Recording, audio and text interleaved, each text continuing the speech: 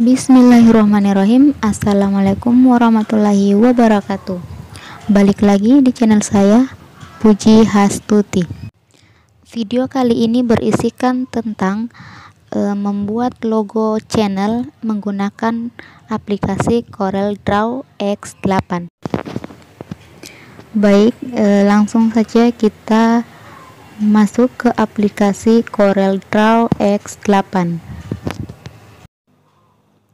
Ini adalah tampilan awal aplikasi CorelDRAW X8. Untuk membuat lembaran kerja atau lembar kerja, kita langsung memilih menu New Document.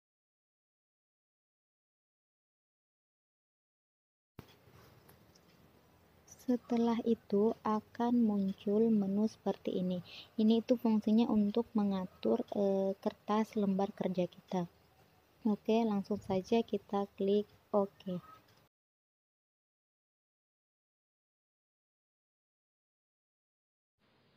Nah, ini tuh adalah tampilan awal lembar kerja kita. Di sini ada 17 macam tools.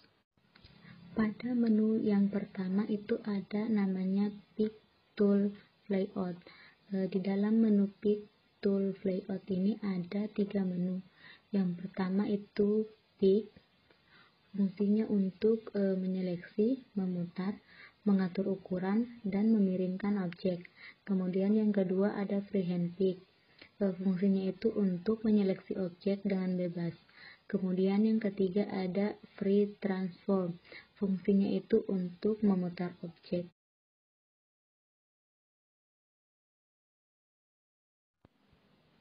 Kemudian yang kedua ada Shape Tool. Di dalam Shape Tool sendiri ini ada 7 menu. Yang pertama itu Shape. Fungsi dari Shape Tool sendiri itu mengedit objek yang berbentuk kurva. Kemudian ada Smooth Tool. Smooth Tool itu berfungsi untuk mengubah objek menjadi lebih lembut. Kemudian ada Snare Tool. Fungsinya itu untuk menarik objek dengan menyeret garis tepi. Kemudian ada Twirl Tool. Twirl Tool itu fungsinya untuk mengubah bentuk menjadi putaran seperti pusaran angin. Kemudian ada Artwork Tool. Fungsinya untuk mengubah outline menuju arah kursor layaknya magnet. Kemudian ada Reveal Tool. Fungsinya sama dengan Artwork Tool, tetapi ke arah yang berlawanan. Kemudian ada Smart Brush Tool. Fungsinya itu untuk merubah objek vektor. Kemudian ada Rock and Cross Tool. Fungsinya itu untuk merubah garis luar objek vektor. Kemudian yang ketiga ada Crop Tool. Di dalam Crop Tool sendiri ada 4 menu. Yang pertama yaitu Crop. Fungsinya untuk memotong sebuah objek. Kemudian ada Knife Tool. Fungsinya untuk memotong sebuah objek juga, namun membentuk sebuah irisan. Kemudian ada Virtual Segment Delete. Fungsinya itu untuk menghapus objek. Kemudian ada Eraser Tool. Fungsinya itu untuk menghapus sebuah objek.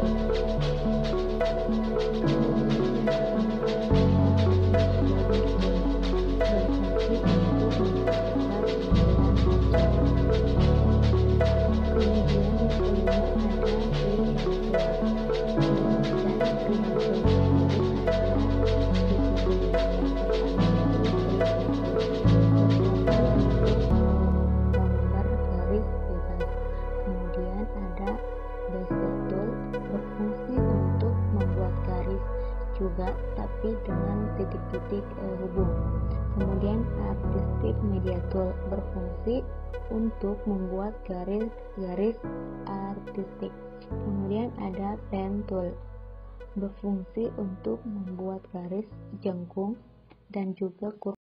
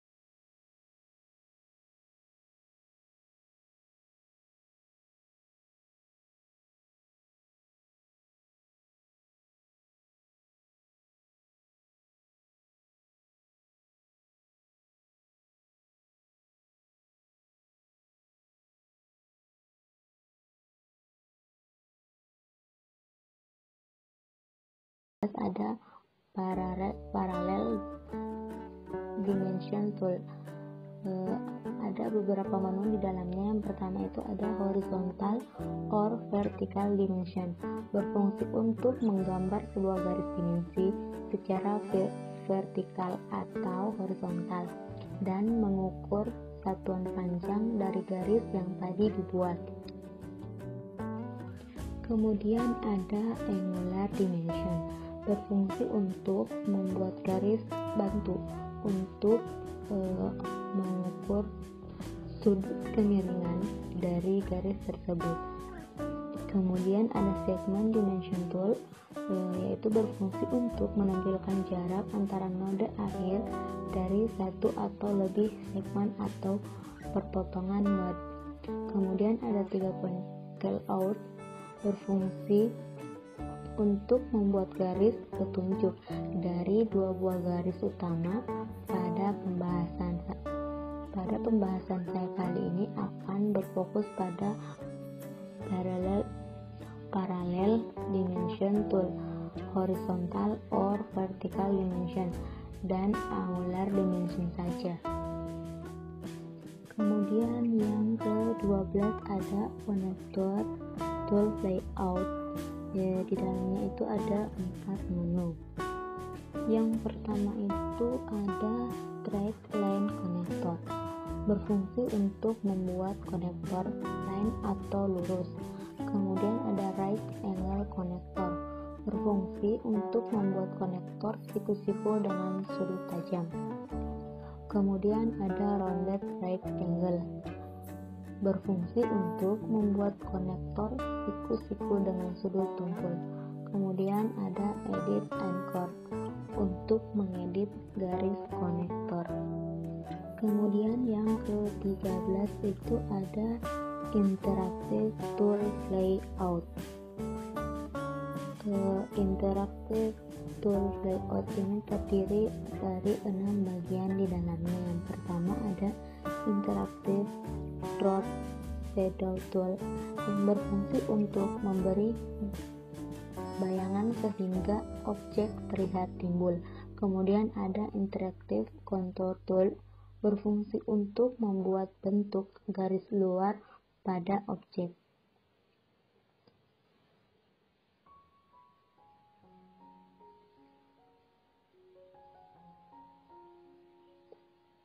Kemudian ada interactive blend tool, yang berfungsi untuk mencampur 2 objek.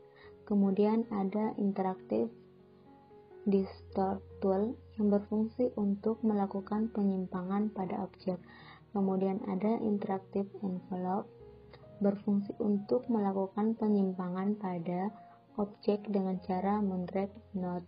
Kemudian ada interactive extrude, berfungsi untuk membuat suatu ilusi ke dalam pada objek. Kemudian yang ke-14 ada transparency tool,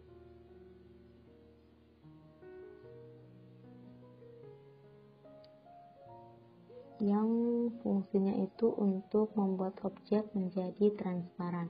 Kemudian yang ke-15 ada eyedropper tool layout. Ada 2 bagian di dalamnya. Yang pertama itu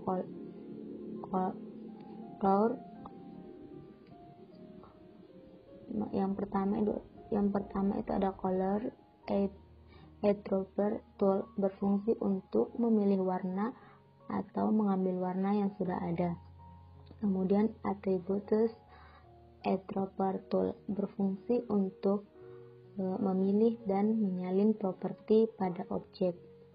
Kemudian yang ke-16 itu ada interactive fill layout. Di dalamnya ada 2 menu. Yang pertama itu interactive fill tool, fungsinya itu untuk memberi warna dengan gradasi fill. Kemudian ada interactive image tool, untuk memberi warna gradasi full dengan garis. Kali ini saya akan membuat logo channel.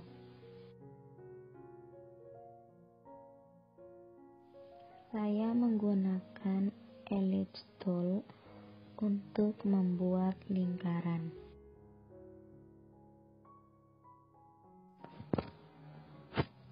Kemudian kita atur ukurannya menjadi 20,0.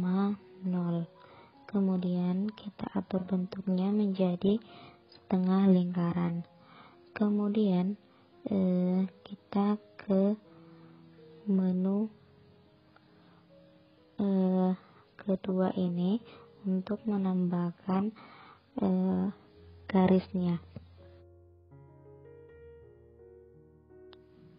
Kemudian kita atur gambarnya supaya terlihat rapi. Kemudian kita duplikat dengan cara menggeser lalu klik kanan. Kemudian kita sesuaikan ukurannya agar sama dan terlihat rapi.